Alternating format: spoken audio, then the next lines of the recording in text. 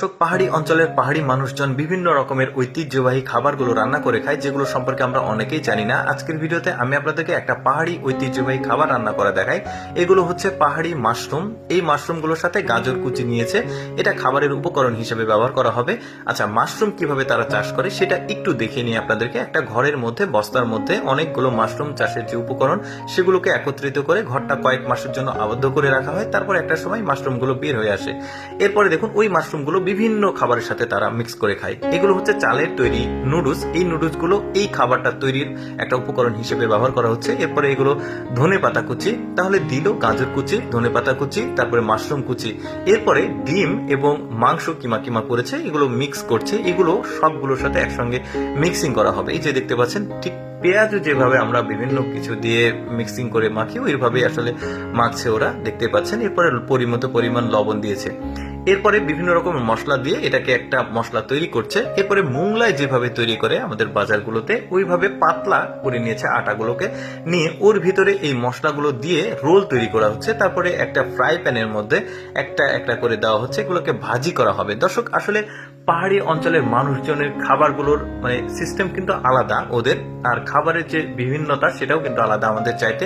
ওরা বিভিন্ন রকমের ঐতিহ্যবাহী খাবারগুলো খায়। তার মধ্যে আজকে যেটা দেখাচ্ছি এটাও একটা।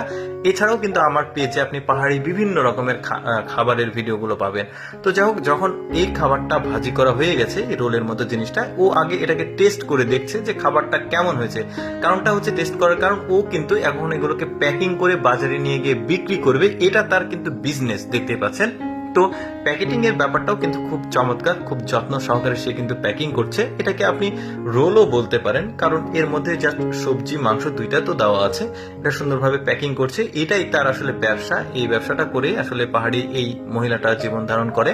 তো দেখতে পাচ্ছেন, একটা ঝুড়িতে রাখলো, এগুলো নিয়ে যায় বাজারে বিক্রি করবে। যে দেখতে পাচ্ছেন, পাহাড়ি অঞ্চলে যে রাস্তা নাই এমনটি না।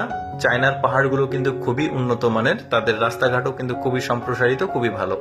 এই মহিলাটার এখানে একটা ছোট্ট দোকান টেবিল আছে, এখানে আসলে একটা মোড় বলতে পারেন, এখানে কোনো বাজার না।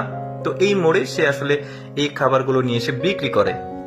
তো এখানে ধারাবাহিকভাবে সে এসেছে, সে অপেক্ষা করছে কাস্টমারের জন্য। অলরেডি সে দোকান খুলে বসেছে। ধীরে ধীরে কিন্তু তার কাস্টমার আসতে শুরু করেছে। দেখতে পাচ্ছেন, একটা মেয়ে আসলো, সে খাবারটা নিল। তারপরে একটা মেয়ে এসেছে বাচ্চা নিয়ে, সেও খাবারটা নিল। এভাবে কিন্তু সে সারা দিনে এই খাবারগুলো ধীরে ধীরে ধীরে ধীরে বিক্রি করে দিবে। এভাবেই তার আসলে সংসারটা চলে। তো পাহাড়িরাও কিন্তু বিভিন্নভাবে তাদের সংসার পরিচালনা করে, তার মধ্যে এই মেয়েটার একটা। দর্শক, কেমন লাগলো পাহাড়ি এই মেয়ের জীবনযাপন রান্না, অবশ্যই কমেন্ট করে জানাবেন।